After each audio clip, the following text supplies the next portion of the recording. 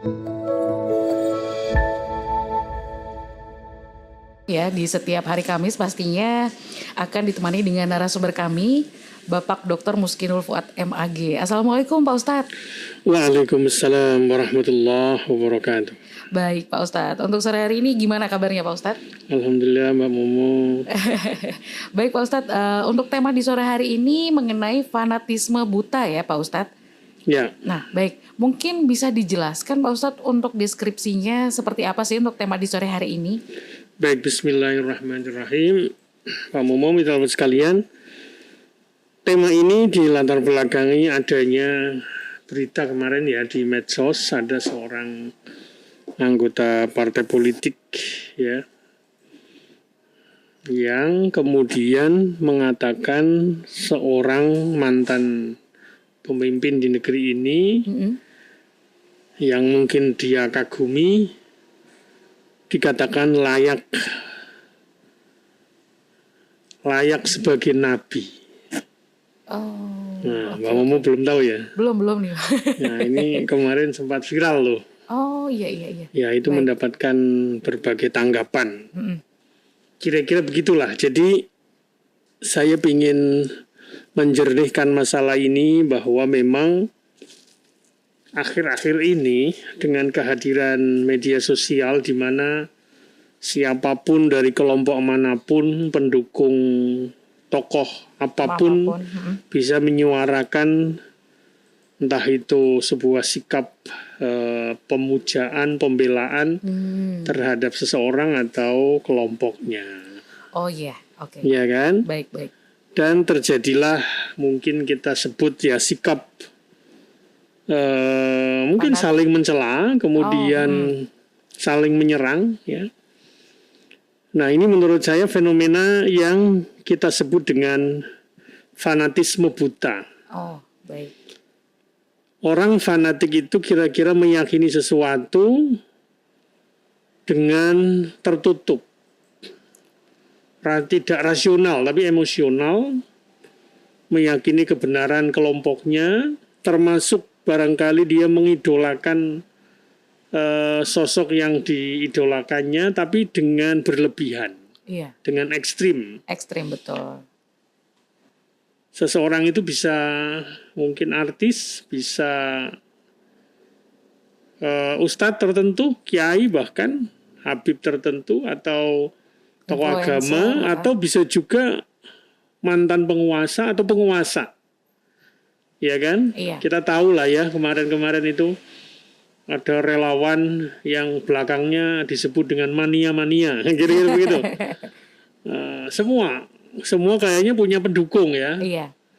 Capres dan yang lain-lain. Kubu A, kubu B. Iya. Gitu. Dan kemudian kita sering melihat mereka jatuh pada sikap fanatisme buta.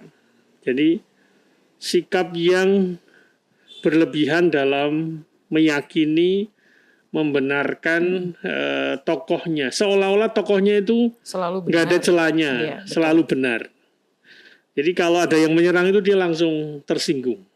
Paling depan itu. Membabi buta dalam membela tokoh yang dia idolakan. Nah, ini menurut saya kok kurang sehat ya. Itu yang akan kita bahas sore ini. Jadi kalau dalam pengertian fanatik itu sebenarnya belum terlalu berbahaya, dalam pengertian kita misalnya fanatik terhadap agama kita, komitmen yang kuat, pokoknya kita meyakini Islam itu adalah agama yang benar. Tetapi bukan kemudian kita bahasa kita ya tidak bisa bergaul dengan orang lain.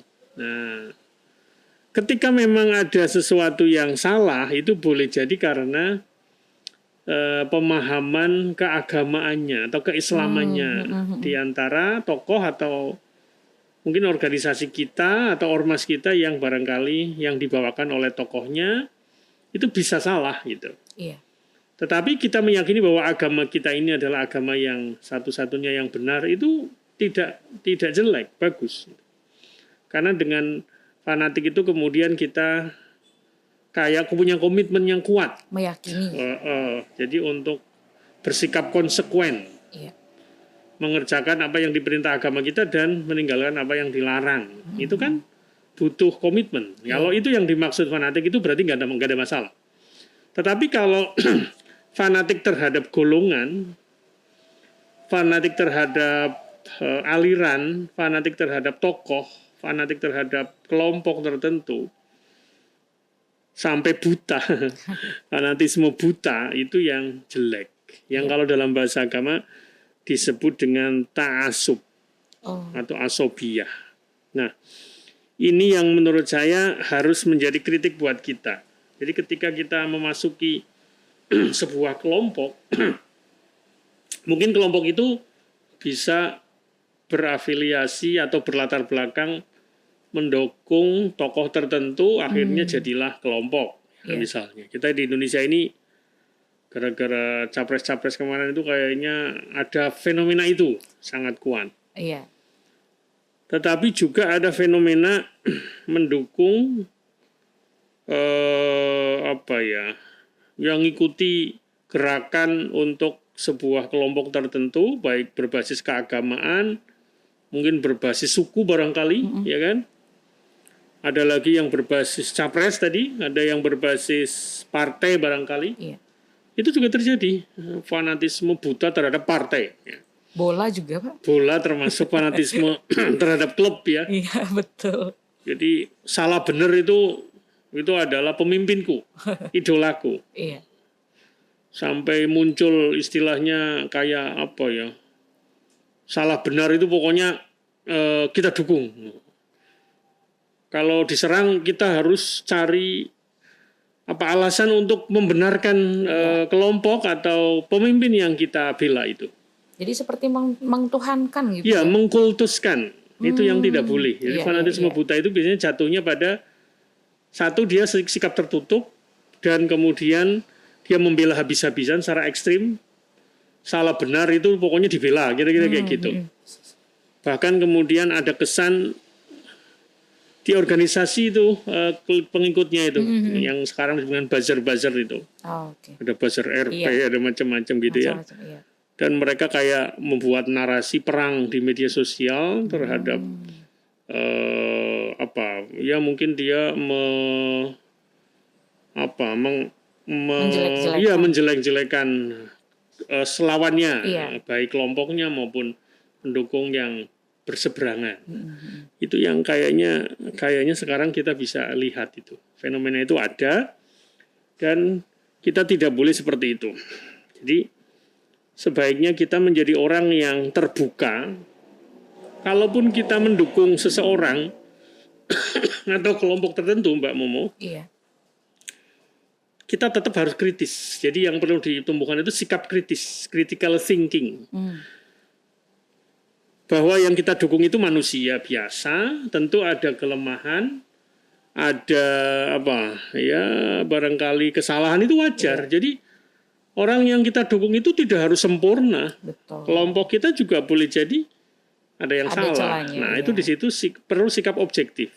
Jadi jangan kemudian apapun itu pokoknya kita bela dan kita benarkan. Jadi kita harus membela yang benar, bukan membela yang dalam pengertian yang kelompok kita saja.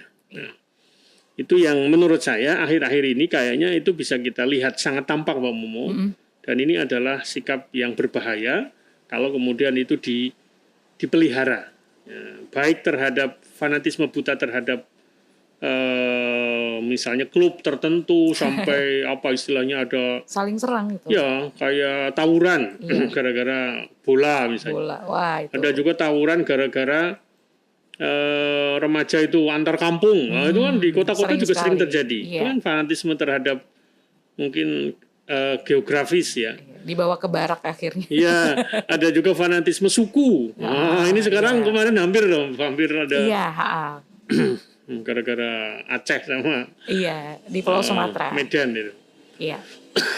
Nah, itu kalau nggak di manage itu berbahaya buat bangsa kita.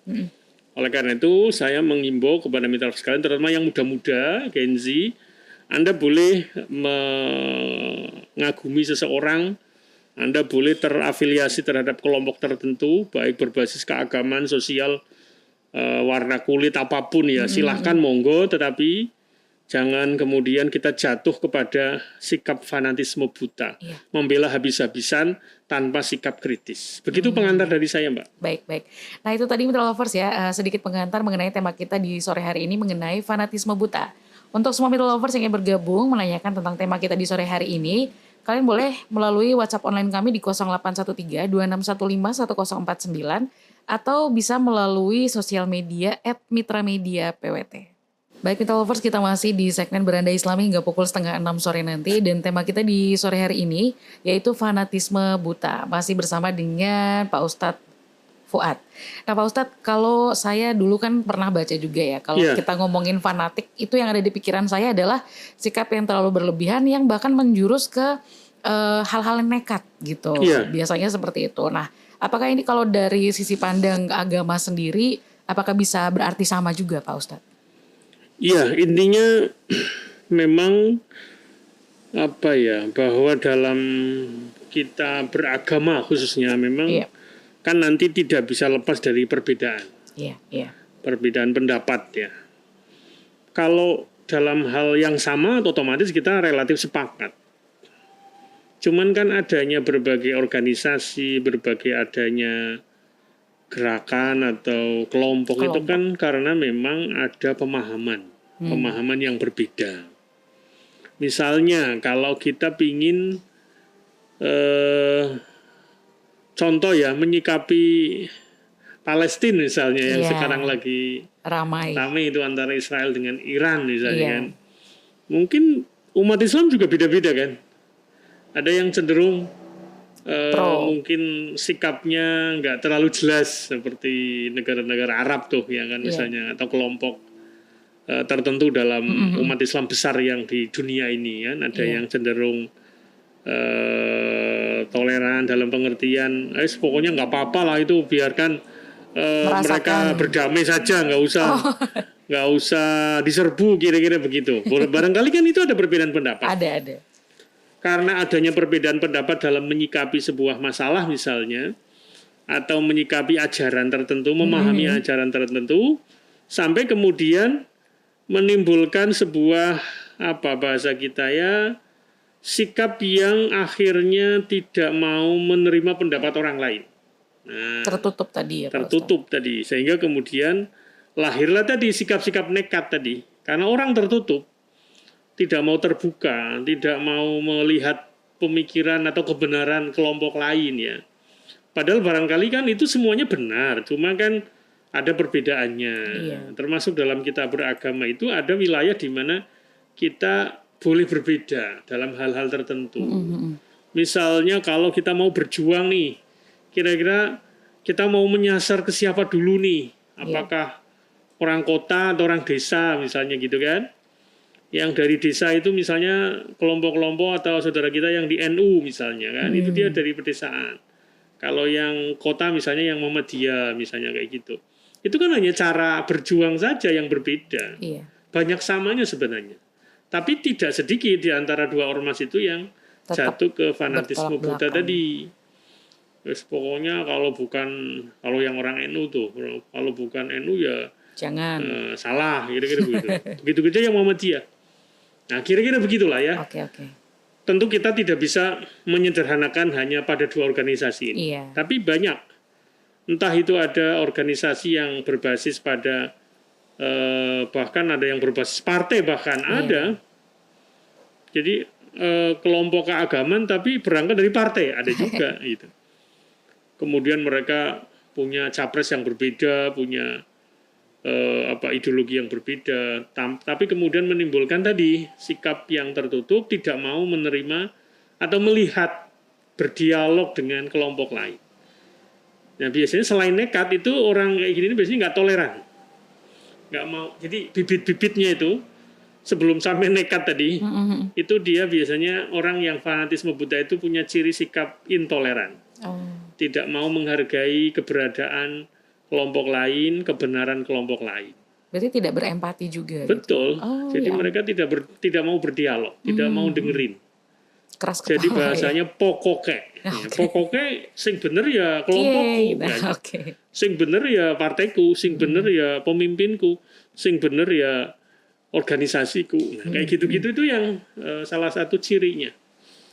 Nah, kenapa mereka bisa bersikap seperti itu ya? Barangkali karena lingkungan, karena mereka dibesarkan dengan persamaan dan tidak dibesarkan dengan perbedaan. Nah, itulah salah satu caranya ya kita latihan untuk berbeda, hidup bersama dengan orang yang beda kelompok. Coba kalau perlu kita latihan hidup bersama dengan orang yang beda agama atau yang beda aliran. Itu biasanya orang-orang kayak gitu tuh yang sudah biasa begitu tuh terbuka. Cenderung terbuka. Iya, pikirannya terbuka. Bukan berarti kita nggak yakin dengan agama kita atau kelompok kita atau dengan tidak. Kita boleh jadi komitmen ke keyakinan kita, tapi tidak kemudian menghilangkan dialog dengan orang yang berbeda, entah itu berbeda agama, apalagi kalau cuma beda aliran. Sama-sama Islamnya, cuma yang satu misalnya apa gitu organisasinya, yang satu apa. Orang yang fanatik itu, dan itu bukan hanya orang awam loh yang fanatik buta itu. Bahkan mereka-mereka yang pemikir kadang-kadang juga jatuh yang seperti itu. Orang mereka yang gelarnya doktor, yang magister, sarjana, itu bisa juga jatuh pada sikap fanatisme buta. Jadi nggak ukuran kemudian kalau orang intelektual, ustadz bahkan itu kemudian tidak fanatik. Ada juga ustadz yang fanatik. Sampai menjelek-jelekan kelompok lain. Nah, itu yang menurut saya bisa kita lihat gejalanya. Lagi-lagi ini harus kita perangi bareng-bareng supaya tidak merugikan masyarakat kita, baik dalam pengertian agama atau umat Islam maupun Indonesia secara umum, ya. Nah, begitu kira-kira beberapa hal yang bisa kita tambahkan terkait dengan sikap fanatisme buta ini. Barangkali karena semangat keturunan, barangkali, ya kan, kalau di agama kita ini sekarang di umat Islam ini ada keturunan, ya kan, Alawi, ada keturunan Wali Songo, ya kan, akhirnya bikin organisasi sendiri-sendiri kan, punya pengikut. Iya, mereka kemudian berperang wacana, ini keturunan Nabi, ini bukan gitu ya, bukan semata-mata ini Muhammadiyah, tapi bisa juga berbasis keturunan, atau juga bisa berangkat dari tadi, misalnya dari pemikiran yang berbeda. Misalnya kalau secara garis besar tuh ada Sunni, ada Syi'i, ada ahli sunnah, ada Syiah misalnya gitu. Nanti di ahli sunnah juga beda-beda tuh. Ada yang ahli sunnah wal jamaah, ada yang salafi, ada yang macam-macam gitu. Macam-macam. Banyak. Kita itu kan suka bingung kan ya. Ini ustadz ngomong begini, ustadz itu ngomongnya begitu. Yang ini beda. Nah, kita akhirnya gimana tuh? Nah, kita boleh dalam pengertian cenderung ke salah satu ustadz, tetapi kita harus menyadari bahwa bagaimanapun ustadz itu manusia, jadi jangan terlalu memutlakkan pendapatnya. Apalagi kalau pada wilayah perbedaan pendapat. Nah, kecuali kalau ustadz itu ngomong sholat 5 waktu nggak wajib, nah kayak gitu tuh, nah itu otomatis itu salah itu kan. Tapi kalau hanya sekedar, kalau sholat itu misalnya niatnya harus diucapkan, yang satu tidak misalnya kan, yang satu pakai kunut, yang satu tidak, kayak gitu-gitu itu nggak akan selesai-selesai. Nah, mending kita berbeda pendapat, menghormati, nah begitu. Jadi itulah yang menurut saya barangkali keberagaman kita, keislaman kita yang perlu ditumbuhkan ke depan. Jadi jangan terlalu fanatisme atau fanatik, apalagi secara buta terhadap satu kelompok tertentu dan satu pendapat tertentu. Apalagi kalau fanatik hanya sekedar seorang artis, itu terlalu sepele, remeh-temeh itu menurut saya. Apalagi hanya gara-gara klub bola. Apalagi hanya gara-gara kalau yang selera ini, selera fashion misalnya, kayak gitu-gitu, itu kayaknya berlebihan. Begitu Mbak, tambahan dari saya. Baik. Nanti akan kita lanjutkan lagi Mitra Lovers untuk perbincangan di sore hari ini. Kita masih di segmen Beranda Islami pastinya. Yang ingin bergabung bersama kami di sini untuk bertanya, silakan saya buka tensinya di 0813 2615 1049. Baik Mitra Lovers, kita kembali lagi di Beranda Islami. Nah, Pak Ustadz, kali ini saya mau bertanya nih Pak Ya, Ustadz. silakan. Nah, mengenai mazhab nih ya Pak Ustadz ya, kalau misalnya kebetulan ada kerabat atau kenalan saya tuh bilang kayak gini gitu, Kak, kalau misalnya kita udah ngikutin satu mazhab, berarti harus ngikutinnya satu itu terus gitu, nggak boleh ngikutin yang lain. Nah ini gimana Pak Ustadz? Sementara menurut saya kan kalau itu niatnya baik, sama-sama baik, kenapa tidak gitu? Ya, jadi saya ingin mengutip nih pendapat Pak Quraish Shihab. Oh iya baik. Ketika ditanya apakah kita wajib bermazhab. Iya. Ya, karena menjawab pertanyaan ini juga sudah banyak beda pendapat. Oh gitu. Nah, apakah memang mazhab itu perlu dalam kehidupan kita? Apa hukumnya orang bermazhab dan tidak bermazhab itu? Sebenarnya kalau menurut Pak Quraish itu, yang wajib bagi umat Islam itu adalah mengikuti Allah dan Rasul-Nya. Iya. Cuma kan tidak semua orang bisa memahami langsung petunjuk-petunjuk dalam Al-Quran. Iya. Ya, karena kalau kita mengikuti Allah dan Rasul kan kita harus baca Quran kan, Iya. harus mempelajari Quran, harus mempelajari hadis. Dan kita tidak semuanya bisa memahami, ya karena mungkin nggak bisa bahasa Arab atau nggak memahami bahasa Quran.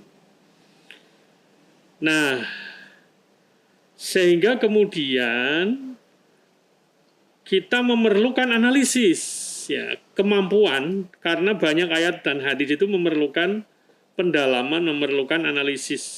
Nah, itu banyak syarat orang untuk bisa memahami Quran dan hadis. Nah, merekalah para imam-imam mazhab itulah yang memenuhi syarat, yang sering melakukan apa yang disebut dengan ijtihad. Ijtihad itu artinya dia betul-betul mencurahkan segala daya intelektualnya untuk memahami Al-Quran dan hadis.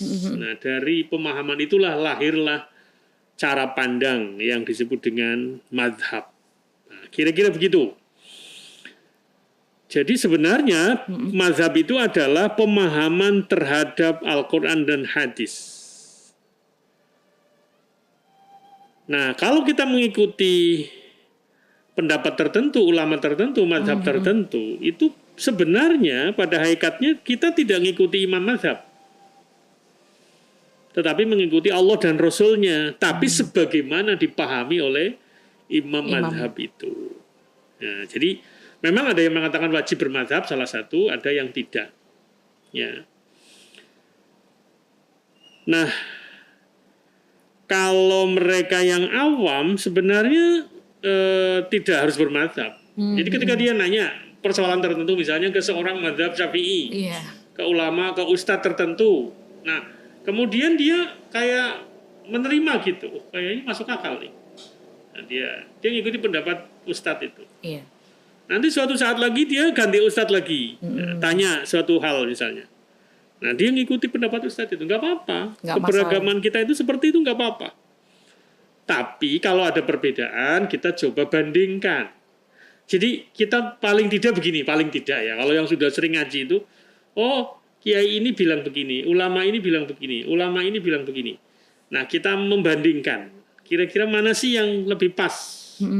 Sama-sama dalilnya kuat barangkali, tapi mana yang memudahkan? Kita boleh yang pilih yang mudah, yang praktis, yang tidak menyulitkan. Asal dalilnya sama-sama kuat. Kira-kira begitu. Jadi sekali lagi, paling tidak, ini bagi yang sudah banyak baca, sering ngaji, apalagi pernah di pesantren misalnya, ya kita memahami alasan dibalik mengapa kok ulama tertentu, mazhab tertentu itu berpendapat demikian. Kok mazhab ini beda, kira-kira begitu. Nah, selanjutnya kita pilih mana yang lebih kuat. Nah, itu kalau dalam Muhammadiyah disebut dengan tarjih. Metodenya tarjih. Jadi kalau kita mengikuti cara pandang teman-teman di Muhammadiyah tidak ada istilah mazhab. Nah, tapi bukan berarti meninggalkan pendapat para ulama. Nah, kira-kira begitu. Tapi kalau di kalangan Nahdlatul Ulama memang cenderung mewajibkan untuk mengambil salah satu, entah itu Hanafi dalam fikih ya, Hanafi, Syafi'i, Hambali, Maliki, kira-kira begitu. Jadi sekali lagi, bagi kita yang orang awam, kita boleh bertanya kepada yang mengetahui, ustadz tertentu, ulama tertentu, kiai tertentu, tanpa dia tidak istilahnya tanpa harus bermadzhab tertentu. Iya. Nah, jawaban yang diberikan oleh ulama atau ustadz tertentu yang kepada kita itu, kan ulama itu boleh jadi mengikuti satu mazhab toh. Nah, itu menjadi pegangan kita. Jadi kalau kita sekarang misalnya bertanya kepada seorang ustadz bermadzhab Syafi'i, besok boleh nggak bertanya ke ustadz yang mazhabnya beda? Boleh, nggak apa-apa. Tidak ada halangan untuk pindah dari satu mazhab ke mazhab lain selama niatnya tulus melaksanakan perintah Allah dan Rasul-Nya. Bukan semata-mata ingin kemudahan. Nah, dicampur aduk itu nggak boleh. Biasanya cenderung kita itu dominan salah satu. Tapi dalam beberapa hal, untuk mazhab ini kayaknya nggak bisa ini. Gitu. Karena menyulitkan. Misalnya kalau di haji itu, ya, kalau kita lagi berhaji itu, kalau kita ngikuti mazhab Syafi'i itu nanti bolak-balik batal. Ya kan, karena bersentuhan laki-laki dan perempuan kan membatalkan. Repot itu kan. Nah, karena merepotkan, maka kemudian bagi para ibadah haji itu, para yang orang umat Islam yang sedang menunaikan haji itu, untuk sementara di sana dia tidak pakai mazhab Syafi'i untuk hal dalam batalnya wudhu. Tapi jangan pas batalnya saja, dia berwudhunya juga harus mengikuti mazhab yang dia ikuti. Nah, kira-kira begitu. Contoh lagi, kalau kita mengikuti mazhab Syafi'i, maka ketika kita puasa ya, itu kan harus niat tiap malam. Betul. Ya kan, maka di masyarakat kita itu biasanya ada niat bareng-bareng gitu. Nawaitu soma ghadin, ya kan. Jadi kalau menurut mazhab Syafi'i itu kita harus berniat puasa setiap malam dari pas maghrib sampai menjelang subuh. Niat itu. Jadi niat secara khusus setiap malam. Itulah kemudian ada lafadz niat yang sering kita ikuti ya, nawaitu aku niat puasa besok hari kayak gitu. Nah, ternyata di kalangan teman-teman NU sendiri yang mazhab Syafi'i pun kemudian ada istilah untuk jaga-jaga. Jaga-jaga untuk dalam hal ini kita mengikuti mazhab Maliki. Nah, mazhab Maliki yang membolehkan kita niatnya itu tidak tiap malam, tapi sebulan penuh di awal Ramadan. Ya, kita boleh begitu tuh. Itu bukan berarti mencampur adukan, bukan. Tapi dalam beberapa hal mungkin kita perlu berpindah pendapat. Nah, kira-kira seperti itu. Maka kemudian di kalangan pesantren pun itu biasa. Yuk untuk hati-hati kita niat sebulan penuh ini. Jadi nanti kalau tiap malamnya lupa, nggak apa-apa, puasanya tetap sah. Misalnya begitu. Jadi dalam beberapa hal kita boleh kayak berpindah gitu sementara. Nah, itu contoh. Jadi ternyata memang betul kadang-kadang kita bermadzhab atau berorganisasi Islam lah ya, pemahaman tertentu, kelompok tertentu, kadang-kadang kita juga kadang-kadang jangan terlalu fanatik buta terhadap satu pendapat. Kita kadang-kadang dalam konteks tertentu kita boleh memakai pendapat yang berbeda. Demikian. Oke, baik. Nah itu tadi Mitra Lovers ya, sedikit terjawab.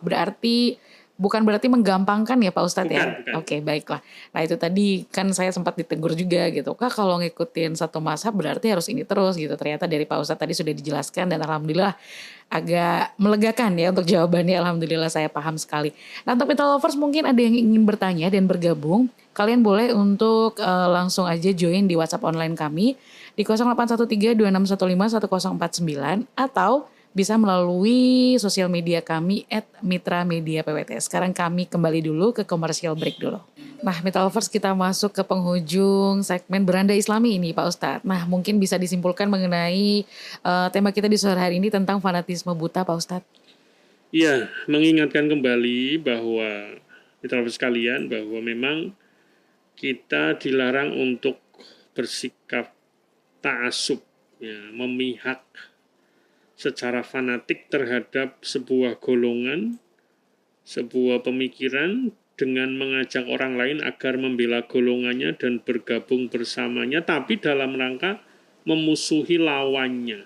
Mm-mm. Nah, ini yang negatifnya di situ. Iya. Oleh karena itu, sekali lagi, kita boleh berafiliasi dengan satu keyakinan tertentu, dan itu saya pikir wajar ya. Iya. Kita boleh berorganisasi berdasarkan suku tertentu, berdasarkan hobi tertentu. Kita boleh mengidolakan seseorang, kagum, tapi jangan berlebihan. Karena ketika kita mengkultuskan seseorang, apalagi dia juga banyak kelemahannya ya, nabi saja nggak boleh dikultuskan, apalagi mereka bukan nabi, apalagi cuma sekedar mantan pemimpin.